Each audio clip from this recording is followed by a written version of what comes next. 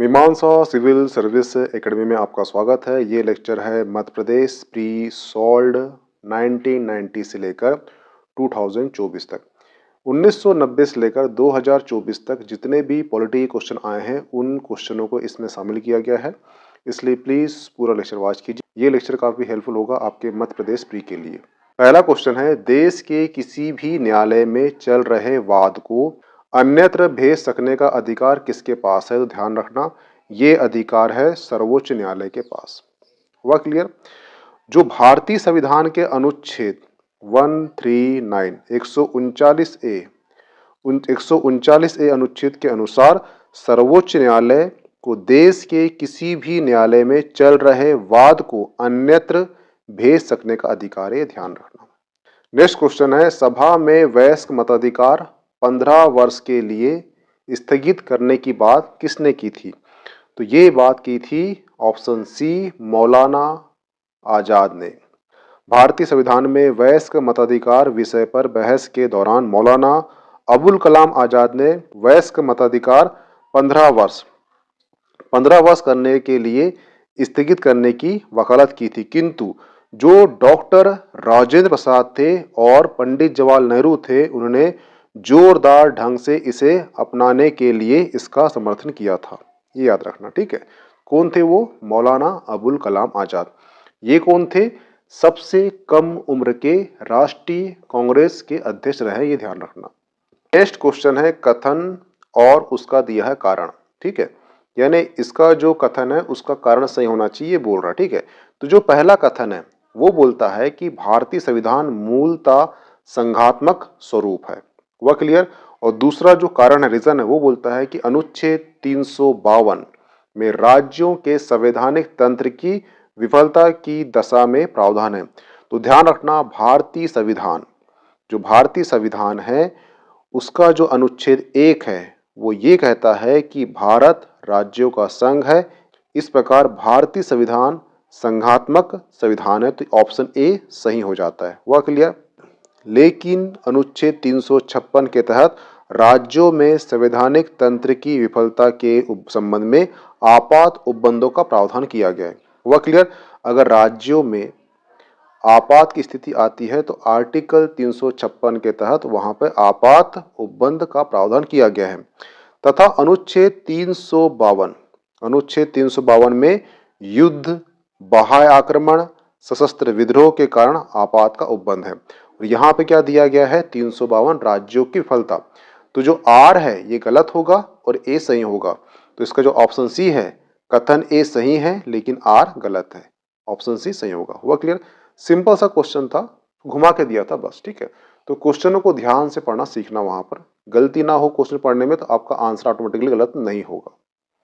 Next question है, भारत के संविधान के अनुच्छेद 82 के अनुसार लोक सभा की सीटों का राज्यों के मध्य आवंटन खालिस्तान जनगणना के आधार पर होता है। तो उसका आंसर है ऑप्शन बी, 1971 की जनगणना के आधार पर सीटों का आवंटन किया जाता है। हुआ क्लियर? नेक्स्ट क्वेश्चन है, राज्यसभा के सदस्य बनने हेतु अर्हताओं के संदर्भ में अभिकथनों पर विचार कीजिए। पहला कथन है, कम से कम 30 वर्ष होनी चाहिए उम्र, ठीक है। दूसरा कथन है, जहां से अभ्यर्थी को निर्वाचित किया जाना है उस राज्य की मतदाता सूची में मतदाता के रूप में पंजीकृत होना चाहिए। वह क्लियर? जो तीसरा कथन है वह राज्यों के अंतर्गत लाभ का पद धारण नहीं होना चाहिए। वह क्लियर? ये 3 कथन दिए गए हैं, इसमें से बोल रहा है कौन सा कथन सही है, ठीक है। तो जो राज्यों के सदस्यों की जो उम्र सीमा है ये कम से कम 30 वर्ष होनी चाहिए, ये सही है। वह क्लियर? और जो कथन तीसरा है, यहाँ पर बोला गया है कि राज्य के अंतर्गत लाभ का पद धारण नहीं होना चाहिए, दोनों सही है। ये दोनों सही है, परंतु जो सेकंड कथन है ये गलत है। गलत कैसे? ध्यान रखना, राज्यसभा के सदस्यों का आहर्त संबंधी मुद्दों पर 6 अप्रैल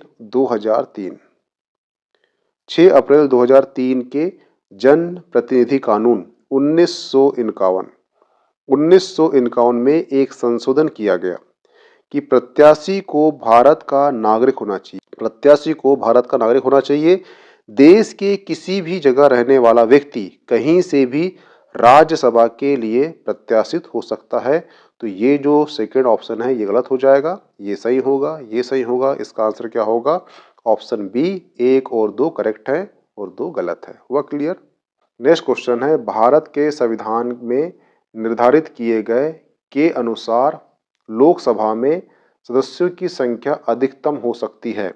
तो ध्यान रखना 140 104वें संविधान संशोधन अधिनियम 2019 के द्वारा एंग्लो इंडियन के मनोनयन की व्यवस्था समाप्त कर दी गई है। हुआ क्लियर? अतः अब लोकसभा की सीटें की कुल संख्या कितनी होगी? वो होगी 550। पहले कितनी थी? 552। ठीक है, यहाँ पे कहीं पर ही 552 550 नहीं दिया गया है। ये उसमें सही रहा होगा, परंतु वर्तमान में संशोधन हो चुका है। तो अभी इसका आंसर क्या होता? ये होता 550 होता। 19 के पहले क्वेश्चन आया होगा, उसका आंसर क्या रहा होगा? 552 रहा होगा, क्योंकि 2 को एंट्री थी मनोनयन की, एंग्लो इंडियन की। इसे वर्तमान में समाप्त कर दिया गया है। संशोधन कौन सा है? 140 संशोधन है। कब किया गया है? 2019 को किया गया है। वह क्लियर? ये क्वेश्चन करेंट का है, ध्यान रखना। अगर अब क्वेश्चन आएगा लोकसभा के अधिकतम सदस्यों की संख्या कितनी है होनी चाहिए, तो वो 550 होना चाहिए, क्योंकि 2 को उसने हटा दिया है। हुआ क्लियर? नेक्स्ट क्वेश्चन है, भारत के संविधान में 44वें संशोधन द्वारा निम्नलिखित अधिकारों को मौलिक अधिकार की श्रेणी से हटा दिया गया था। तो ध्यान रखना, जो संपत्ति का अधिकार है, जो संपत्ति का अधिकार है, इसे मौलिक अधिकार से हटाकर जो पहले अधिकार 7 थे इसे हटा दिया गया, तो 6 अधिकार बचे। और ये कौन सा संविधान संशोधन था? तो वो था 44वां।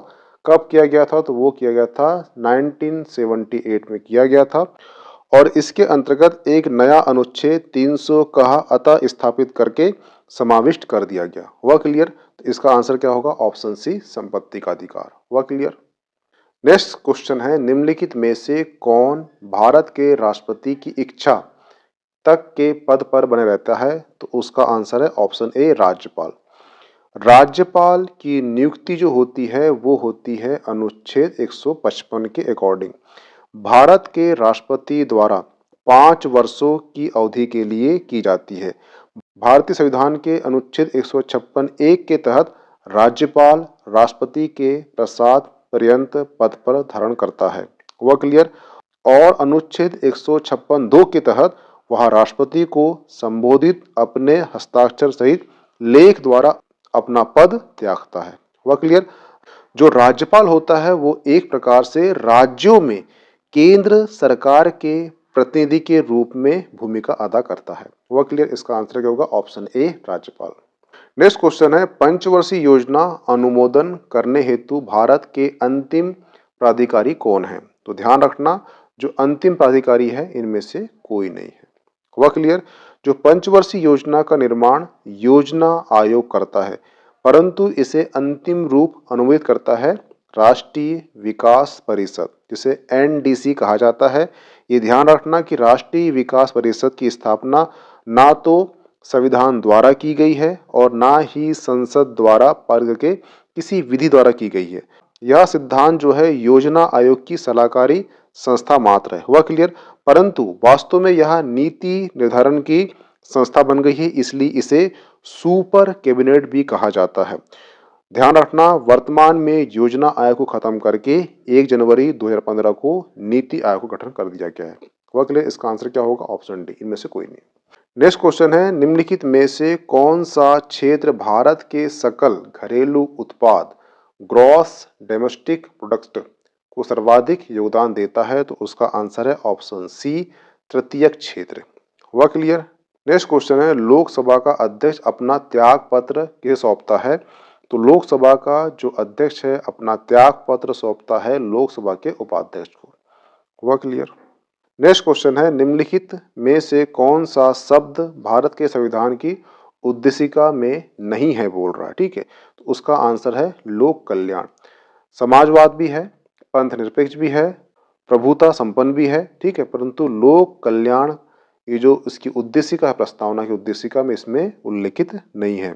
ध्यान रखना कि भारतीय संविधान की उद्देशिका में लोक कल्याणकार शब्द का उल्लेख नहीं है। भारत के मूल संविधान में संप्रभुत्व संपन्न शब्द है। कालांतर में 42वें संविधान संशोधन द्वारा 1976 में 3 शब्द जोड़े गए थे। वो था एक समाजवाद, अखंडता, पंथ निरपेक्ष शब्द जोड़ा गया। पंथ निरपेक्ष के स्थान पर व्यवहार में धर्म निरपेक्ष शब्द का प्रयोग किया जाता है, ध्यान रखना। हुआ क्लियर? इसका आंसर क्या होगा? ऑप्शन डी ये नहीं है।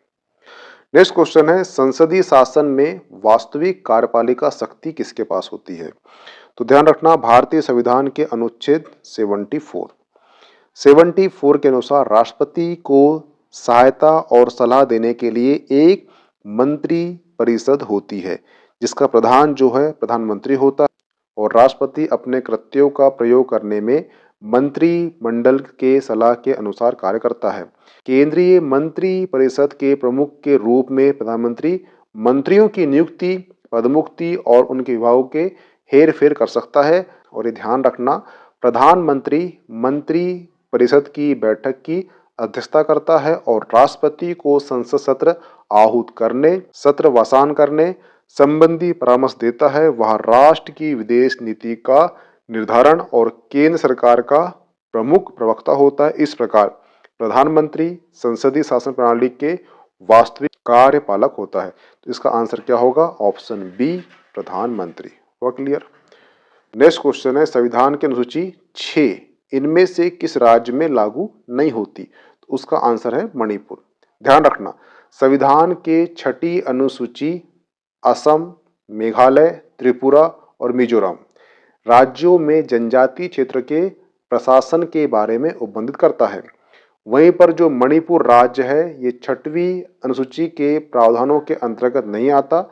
ये ध्यान रखना कि मूल संविधान में अनुसूची की जो संख्या वो 8 थी, वर्तमान में अनुसूची संख्या कितनी है? वो 12 हो चुकी है। और जो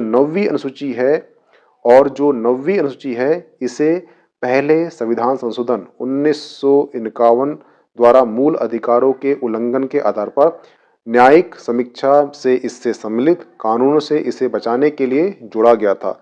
जो 12वीं अनुसूची है ये 74वें संविधान संशोधन अधिनियम 1992 में जोड़ा गया है। तो इसका आंसर क्या होगा? जो 6 अनुसूची है इसमें मणिपुर शामिल नहीं है, असम, त्रिपुरा, मेघालय और मिजोरम शामिल है। हुआ क्लियर?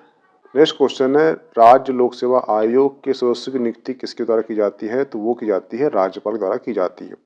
ध्यान रखना, संविधान का भाग है 14 अनुच्छेद 315 से 323 के अंतर्गत संघ के संघ लोक सेवा आयोग के समांतर राज्यों में राज्य लोक सेवा आयोग की स्वतंत्र व शक्तियों के अलावा इसके गठन, सदस्य नियुक्ति और पदमुक्ति आदि के बारे में उल्लेखित किया गया है। हुआ क्लियर? नेक्स्ट क्वेश्चन है, राज्य की विधानसभा के 17 अवसान के आदेश किसके द्वारा किए जाते हैं? तो इसका आंसर है राज्यपाल के द्वारा किए जाते हैं। नेक्स्ट क्वेश्चन है, मध्य प्रदेश के प्रथम मुख्यमंत्री कौन है? तो उसका आंसर है ऑप्शन सी, पंडित रविशंकर शुक्ल। हुआ क्लियर? नेक्स्ट क्वेश्चन है, निम्नलिखित में से कौन सी भाषा संविधान की 8वीं सूची में नहीं है? तो भोजपुरी नहीं है। सूची कौन सी है? 8वीं सूची में भाषा का उल्लेख है और इसमें 22 भाषा का उल्लेख किया गया है। हुआ क्लियर? नेक्स्ट क्वेश्चन है, भारत के संविधान में पंचायती और नगर पालिकाओं के संबंध से 73वें 74वें संविधान संशोधन जब हुए थे, जब उस समय भारत के प्रधानमंत्री कौन थे? और ये बोल रहा है कि 73वां और 74वां संविधान संशोधन जब हुआ था तो उसमें भारत का पीएम कौन था? उसमें भारत का पीएम था कौन? पीवी नरसिम्हा राव। हुआ क्लियर? नेक्स्ट क्वेश्चन है, कौन मध्य प्रदेश के राज्यपाल नहीं है?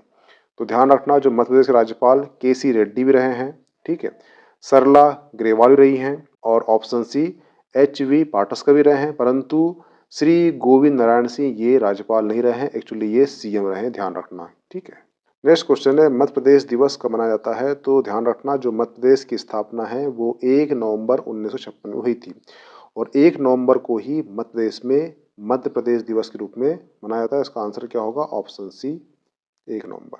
नेक्स्ट क्वेश्चन है, भारतीय संविधान की प्रारूप समिति का अध्यक्ष कौन है?